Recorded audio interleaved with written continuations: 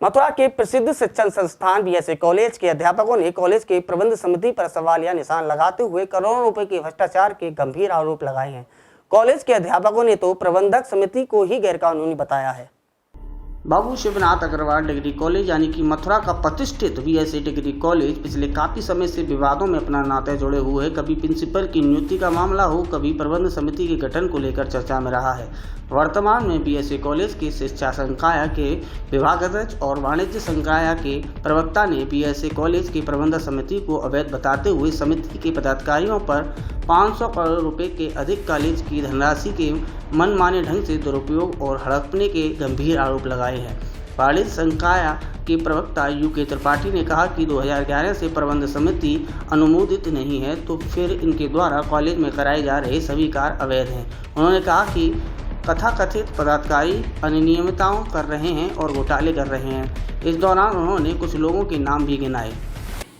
जहाँ तक वित्तीय अनियमितताओं का सवाल है कि प्रबंध समिति 2011 से अनुमोदित नहीं है, लेकिन टीचरों को बहुत एक अल्प पैसा दिया गया और बाकी कंस्ट्रक्शन में, अब वो कंस्ट्रक्शन में किस तरीके से क्या अपनाया गया, इसका जो शासन स्तर पे और आपके विश्व स्तर पे कहीं ना कहीं जांच चल रही। देखिएगा, अब इसमें तो ये चीज़ है कि जो लोग थे उस समय तो मैनेजमेंट कमेटी में विनोद गर्ग जी भी थे, श्याम सुंदर शर्मा जी भी थे, आपके क्या कहते कंचन लाल जी भी थे।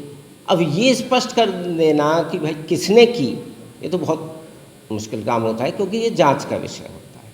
बीएसए कॉलेज के बीएड डिपार्टमेंट के हेड डॉक्टर बीके गोस्वामी ने इस पूरे मामले की विस्तार पूर्वक जानकारी देते हुए बताया कि उनका कॉलेज गवर्नमेंट ग्रांट और सेल्फ फाइनेंस आधारित कॉलेज है। उनका आरोप है कि कॉलेज की फीस से ही करोड़ों रुपए की आय होती है और प्रबंध समिति के लोग 20% धनराशि कॉलेज के प्रोफेसर, लेक्चरर, वहाँ स्टाफ के वेतन पर खर्च करते हैं। 10% के लगभग मेंटेनेंस पर और बाकी 70% धनराशि को वो अपनी निजी संस्थाओं के ऊपर खर्च करते हैं। करोड़ों रुपए निजी संस्थाओं को देते हैं और बाद में उसे स्वयं हड़प जाते हैं। उन्होंने कहा कि ये कॉलेज गवर्नमेंट ग्रांट पर आधारित है, तो यहाँ मनमानी करना अवैध है। डॉक्टर बीके गोस्वामी ने बताया कि प्रबंध समिति के लोग 2011 से अब तक फर्जी तरीके से कॉलेज के खातों को संचालित करते रहे हैं और धन का बंटरवार करने में लगे रहे हैं। उन्होंने बताया कि अनुमानित 500 करोड़ से अधिक की धनराशि अवैध रूप से हड़प ली गई है। इस संबंध में मेरा ये आपसे अनुरोध है भाई साहब कि यहाँ एक तो ग्रांट एंड एड का पार्ट है और दूसरा सेल्फ फाइनेंस का पार्ट है। कुछ कोर्सेज जहाँ सेल्फ फाइनेंस स्कीम के अंतर्गत संचालित हैं, जिन पाठ्यक्रमों के माध्यम से करोड़ों रुपए की इनकम इस महाविद्यालय को होती है। नियमानुसार उस इनकम में से 75 से 80% का जो पार्ट है वो शिक्षकों, शिक्षणेतर कर्मचारियों के वेतन पर खर्च किया जाना आवश्यक है। लेकिन यहाँ पे उल्टा हो रहा है।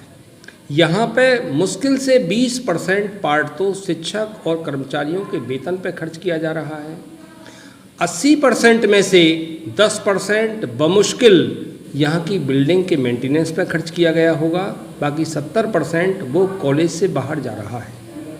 ये महाविद्यालय स्वयं अनुदानित महाविद्यालय है, जो कि स्वयं अनुदान प्राप्त करता है, लेकिन इस महाविद्यालय के द्वारा अपने निजी संस्थानों को अनुदान दिया गया है। किसी संस्थान को, वृक्ष चिकित्सा संस्थान को 1 करोड़ रुपया दे दिया, एएसएम को 1 करोड़ रुपया दे दिया। कई पार्टों में उन संस्थानों को पैसा दिया गया है। वहाँ पैसा देने का एक ही कारण है कि वहाँ पैसा एक बार दे दिया जाए, फिर वहाँ से ले लिया जाए।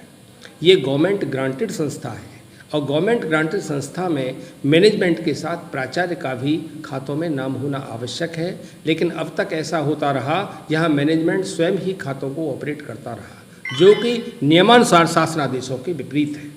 उससे स्वतः ही स्पष्ट होता है कि वास्तव में यहाँ वैधानिक मैनेजमेंट का दावेदार कोई नहीं है। ये तो कॉलेज के पैसे को अब तक बंदरबांट करते रहे और कॉलेज के कर्मचारियों और शिक्षकों का शोषण करते रहे हैं। केवल यही इनका कर्तव्य है। इसमें जो अपने आप को मथुरा शहर का प्रतिष्ठित बताते हैं, उनमें विनोद गर्ग हैं, राजेश अग्रवाल हैं, एक कंचन अग्रवाल। कंचन अग्रवाल के विषय में तो मैं आपका थोड़ा सा और बताना चाहूँगा। वो तिहाड़ जेल के सजा याफ्ता है।